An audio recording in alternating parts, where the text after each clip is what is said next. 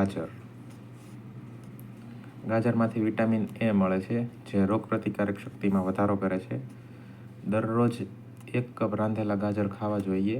રાંધવાથી ગાજરના કડક કોષો નરમ અને સુવાળા બને છે. તેથી ગાજરમાંથી મળતા પૌષ્ટિક તત્વો શરીરમાં બરાબર શોષાઈ જાય છે અને તેનો પૂરેપૂરો લાભ આપણે મેળવી શકીએ છીએ.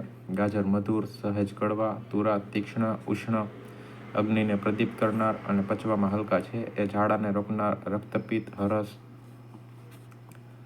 સંગ્રહણી, વાયુ, કફ, રક્તાલ્પતા અને રતાંધળાપણાને મટાડે છે. સોજા આવ્યા હોય તો નમક અને ખટાશ વગરનું ગાજરનું શાક દરરોજ ખાવાથી લાભ થાય છે. શ્વાસ અને હેડકીમાં ગાજરના રસના 5-7 ટીપાં નાકમાં નાખવાથી લાભ થાય છે. ઘી કે તલના તેલમાં ગાજરનું શાક, દાડમનો રસ નાખી દહીં સાથે ખાવાથી હરસ મટે છે.